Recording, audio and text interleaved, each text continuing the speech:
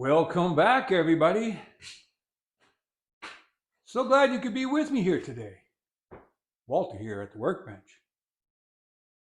Wanted to just share with you how I break down lumber when I'm working from a rough piece that has bow, twist, cup, knots, end checking, and other imperfections.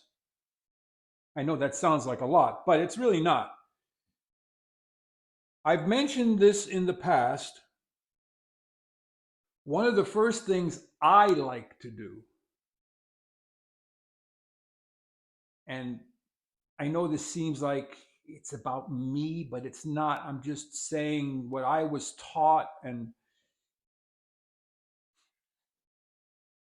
when I worked in the furniture factories and cabinet making shops, we had the lumber would come either out of the kiln to the warehouse, or it would come out of the kiln and go to um, and I can't remember what we called him, but he would, all his job was to take the wood as it came off the pallet or off the stack, and he would cut out defect. He would cut the pieces in such a way that they could then move on into the furniture factory. One of the first things he would do would be to cut off a piece as however long as is necessary to get rid of any end checking. So this is just a stained piece of pine, nothing valuable, but there really, I don't see any end checking on this particular piece.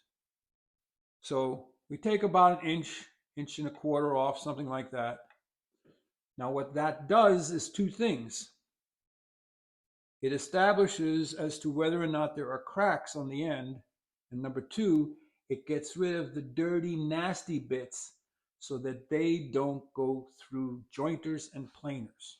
So that is in the waste bin. Next, this piece came off of here. Oh, you can't see it.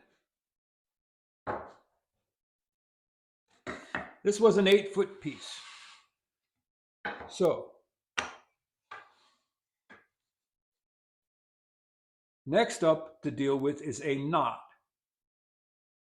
And I don't like to cut too close to the knot unless I know where the piece is going to be used and it's not a problem. It's not a problem. So what I usually do is cut at a distance suitable to start getting away from the curly, the whirl of grain pattern around the knot. And then the same thing I would do here. I'd remove this and get rid of the whirly bits. And there's still just a little bit here. Okay.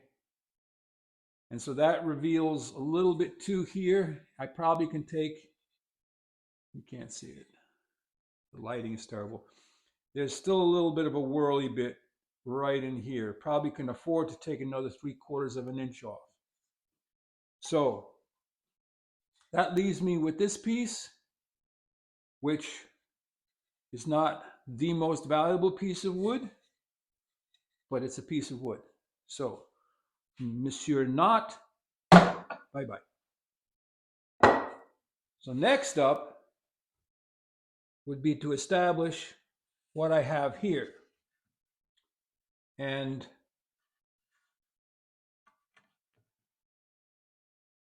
that's interesting. I didn't see that before. And I don't know what I'm looking at. Looks like pine pitch. Yep.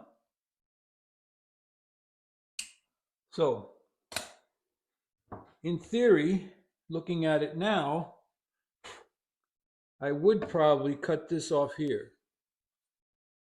There was a sticker here, the sticker stain, and this has what looks like pine pockets, pitch pockets. But what I did was I looked down this piece and established it to be straight and true. But what I am more likely going to do, looking at this pine pitch, I am probably going to cut it through there and make a shorter piece here, which might get ripped to get rid of that pine pitch, and you leave a little bit more. So this, as you can see, is sitting reasonably flat on the workbench. So that's a nice straight, true piece of wood. And then that leaves me with this piece from the other end, which was curling up a little bit. So I cut that off and then did the same thing on this end, and that's to take that 1-inch bit, and that shows me that I have cracks. See those cracks up there? So what I'll have to do is take a little bit more off until that crack and that crack go away. And I don't know why sometimes you can see it and sometimes you can't. The camera does crazy things. So I'll probably take another 3/4 of an inch to an inch off of that. And that's what I do. So here again, dirty bit on the end, bye-bye.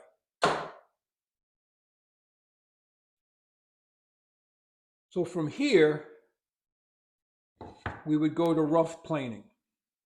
And we'll talk about that more in a moment. I did the same thing with this piece of wood. And if you remember from last year, actually it was it about this time last year where I did the curved baseboard in my living room? You do the kerfs and you leave a little bit of wood, and then I steamed it and I bent it in place. Put glue in the back, caulked the top, put a molding over the top. So this, bye-bye. And I did the same thing with this piece. I went through and I looked for whirly bits, curly bits, anything that's going to give me trouble, and I cut it out. Now this is just going to be done, what I call dunnage lumber. If I need a piece of wood for something, even a jig or whatever, that's that. Now, I'm going to stop there, and I'm going to do another video on taking rough lumber and without a scrub plane, going from rough lumber to a surface board. So I hope this layout helps you a little bit in how I look for pieces of wood. Yes, it leaves you with smaller, shorter pieces of wood, but you're raising the grade of the wood. Even if it is just cheap stained pine, you're raising the grade of the wood to a status where you can now hand plane it easily. Like, subscribe, and share. Head out to your workshop. Go break down some lumber. Walter out.